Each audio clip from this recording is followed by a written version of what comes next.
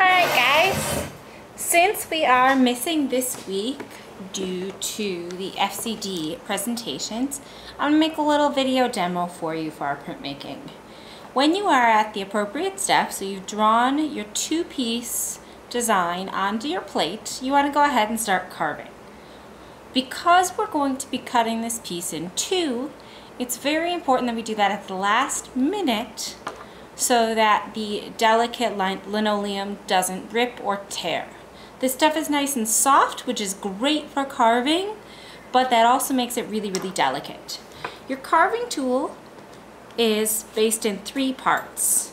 You've got your handle, your tip, and your nibs. For your nibs, you're just going to slightly loosen the tip and choose the appropriate nib. The nibs come in different sizes, from your very, very tiny to your very, very wide.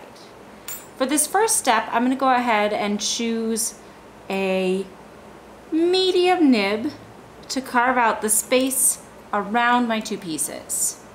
So I'm going to go ahead, secure that in. After I've changed nibs, it's really important that I put the other nibs back into the handle so that I don't accidentally put my hand on them and cut myself. With this type of printmaking, because we don't have bench hooks as an added safety precaution, it's really important that your stabilizing hand remains behind the cutting tool at all times. So I'm going to go ahead and start by separating my two areas. And by curving my tool, I can get a nice clean line. I'm going to work around my piece. Remember, with this type of printmaking, you're working with subtractive carving. So everything that you remove will end up the color of the paper, and everything that you leave is where your ink will stick and will form your image.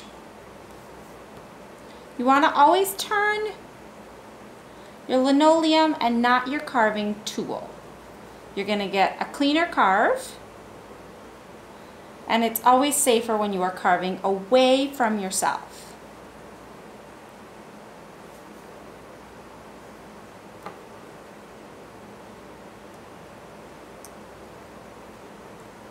After I establish the outline between the two, I'm going to go ahead and use a permanent marker, a soft-tipped permanent marker, to put an additional line in there to remind myself not to carve through.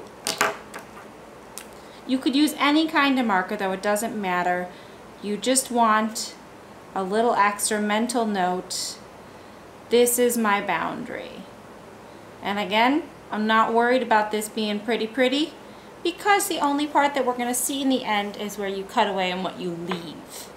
So go ahead and just give yourself some sort of boundary, and then I'm going to start working in the background. For the background, I'm going to use a slightly different technique. I'm going to go for choppy, swirly lines, so I've given myself some real basic outlines, and I'm going to use the tool to create a texture within those lines. So I get a nice play on a traditional wood carved style.